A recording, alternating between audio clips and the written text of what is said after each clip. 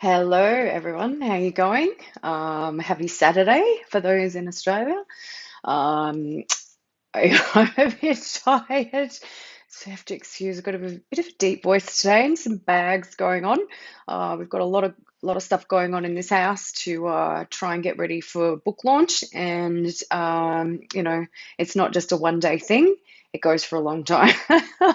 Today, I'm going to talk to you about serial killers and pornography. One of my favorite topics in over my life has been the mind and studying the mind. And, right from when I first started catching a train into the city when I was about 19, I was reading, Patricia Cornwell novels, profiler novels. It was always about serial killers, studying the mind. I've always been fascinated with serial killers. I actually watch documentaries on serial killers to calm myself down and to think about anything else but what's going on in the world right now. So I'm going to read to you some stuff and talk to this today. My new book comes out in 4 days. It's called The Uncensored Threat: Losing Generations to Pornography.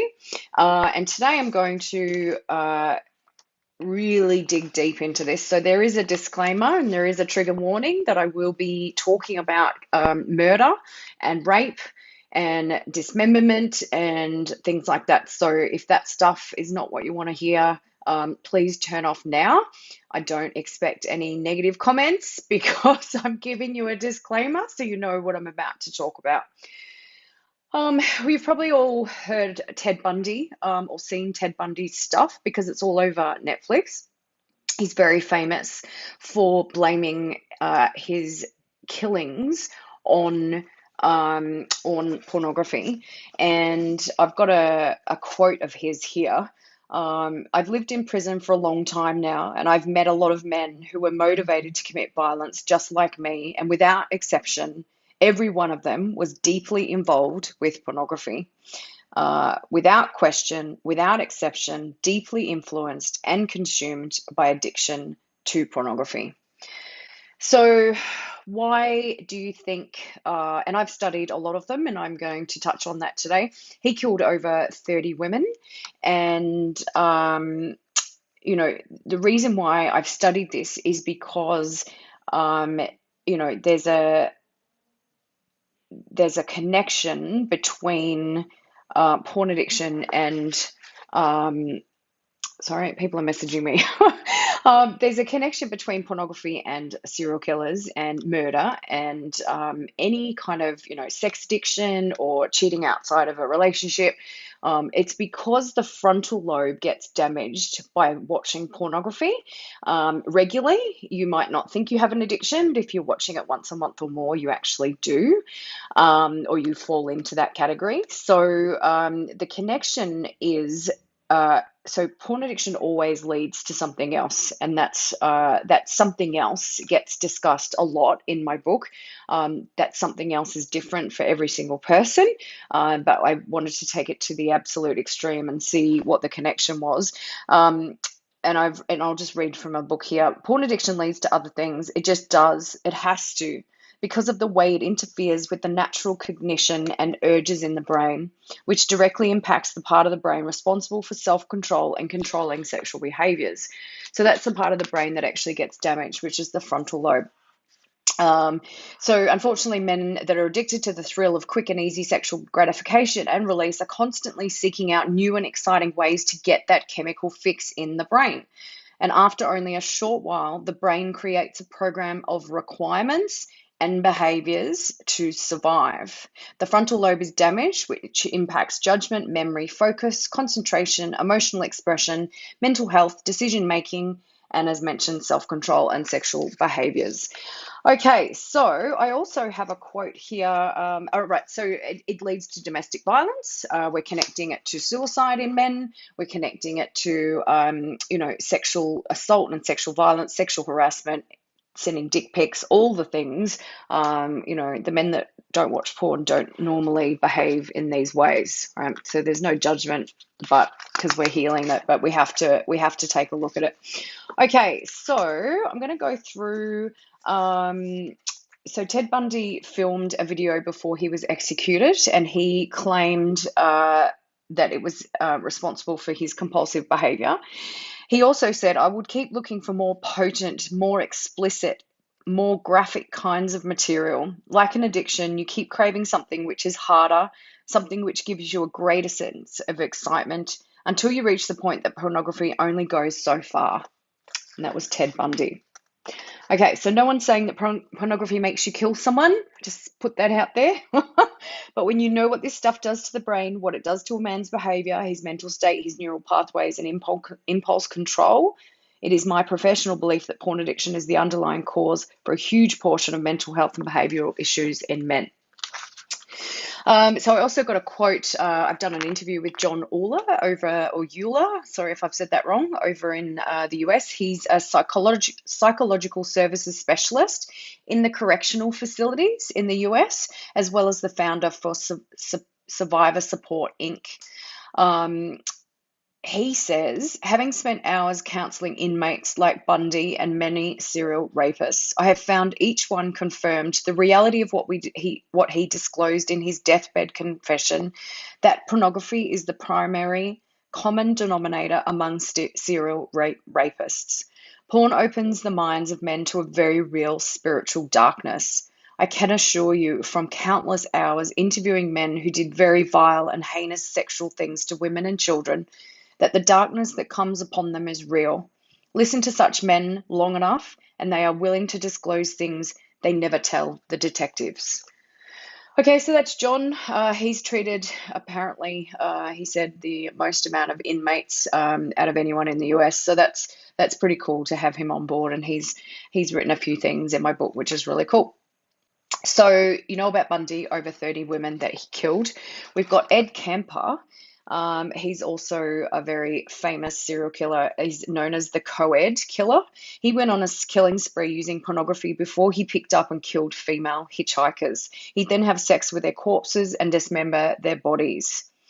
I won't tell you what he did to his mother. You can read that later on because it's pretty full on. Carrie Stainer, the Yosemite, sorry, with my Australian accent, killer. I don't know if you remember years ago, there was a movie called I Know My First Name is Stephen. I think it was back in the either late 80s or early 90s. And that was a story about a kid that had been kidnapped. And his brother is the Yosemite killer. So that poor family has gone through absolute hell. He said he would confess to 4 killings to the FBI in exchange for videotapes and a good-sized stack of child pornography. He demanded to fulfill his lifelong desire to view pornographic pictures and videotapes of young girls. He said, "It's sick, disgusting, perverted. I know that. I can't go to prison for the rest of my life and be happy without seeing it." Okay. He confessed, saying, "I lost control of myself and lost control of her. And when all this started out, I had no intentions of cutting her head off." Just take a breath. I hope this isn't too much for you. He was actually sexually molested by his uncle as a child. And so that's not the only part. Like, I didn't just research the pornography side of things. I wanted to know if these guys had all been sexually abused as children, and most of them had. Jeffrey Dahmer is the Milwaukee monster. He drugged and killed 17 boys and men and said using pictures of past victims, the pornography videos, the magazines was part of his pre-kill warm-up. Okay, I won't go into what he did to them because that's pretty full on. Arthur Gary Bishop, he's Utah's child killer. He raped and killed 5 young boys and said that pornography's effect on me was devastating. He had violent sexual fantasies about children, which he attributed to X-rated child pornography.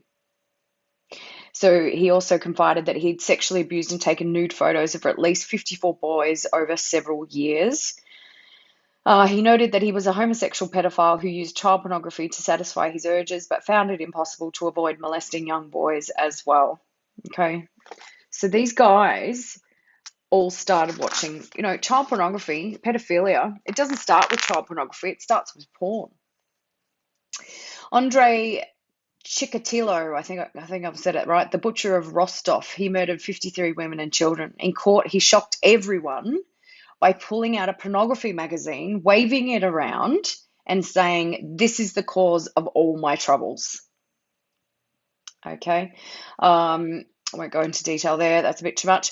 John Wayne Gacy, the killer clown, raped, tortured, and murdered at least 33 young men and boys. His second wife filed for divorce in 1976 because Grace's moods had become erratic and she'd found his young boy porn magazine collection and creepy sex dungeon in their own house. I won't go into detail. That's a bit full on. David Berkowitz, you may have seen on Netflix, The Son of Sam, killed over a dozen people in New York. He joined a cult and was introduced to drug use, sadistic pornography, and violent crime. The cult also created and distributed child pornography. He said they were into child pornography and there were other people that were into that, pedophilia, and they would provide that, the children. Otis Toole, the Jacksonville cannibal, was convicted of killing 6 people, but was connected to killing hundreds more with his criminal and sexual partner, Henry Lee Lucas. He was forced to have sex with a friend of his father's when he was 5 years old. Okay, and then that goes on to, he became obsessed with gay pornography and committed his first murder at the age of 14. Okay, Lonnie Franklin Jr. is the Grim Sleeper. He's an American serial killer that had a penchant for black prostitutes and pornography. He said he would pick up prostitutes, take pornographic pictures of his victims, then rape and strangle them or shoot them. Yep, and there were some things that police found that I won't go into in detail.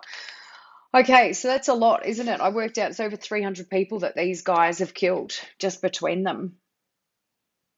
All right, and John, just to finish that off, John says he's the psychological services. He treats inmates over in America, sexual offenders.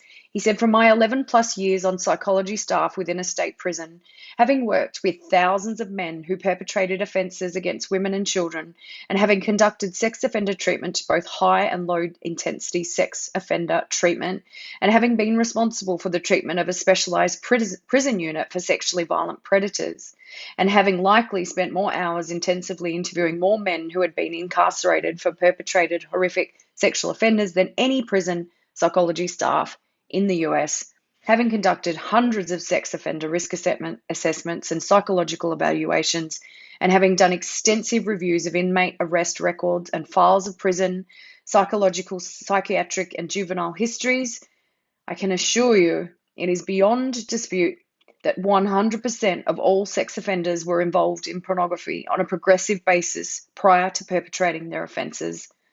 And 100% of all incarcerated pedophiles and minor attracted persons were arrested for possession of child pornography.